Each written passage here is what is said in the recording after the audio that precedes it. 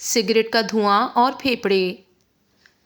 Cigarette کے دھوئیں میں ایسے کئی کیمیائی مادے ہوتے ہیں جن کا تعلق کینسر سے ثابت ہو چکا ہے۔ یہ کیمیائی مادے آہستہ آہستہ انسان کے جسم میں سرایت کرتے چلے جاتے ہیں اور آخر ایک دن پھیپھڑوں، منہ یا حلق کے سرطان کا باعث بنتے ہیں۔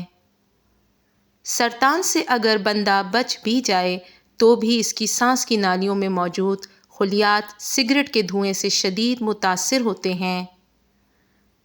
نالیوں کی صفائی کا نظام آہستہ آہستہ ناکارہ ہوتا چلا جاتا ہے اور بندہ دائمی کھانسی کا شکار ہو جاتا ہے۔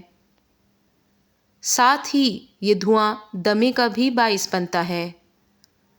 سگریٹ نوشی ہماری جسمانی صحت کو خراب کرنے کے ساتھ ساتھ ہماری آب و ہوا کو بھی آلودہ کر رہی ہے۔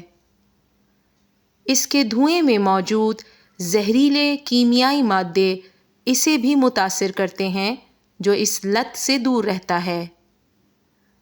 جو نقصانات سگریٹ نوش کو ہوتے ہیں وہ تو ہوتے ہی ہیں، ساتھ ہی جو افراد اس کے ساتھ بیٹھے ہوں سگریٹ کا دھواں ان کو بھی نقصان پہنچاتا ہے، اور اس طرح سگریٹ نوش کے گھر والے بھی اس سے متاثر ہوتے ہیں۔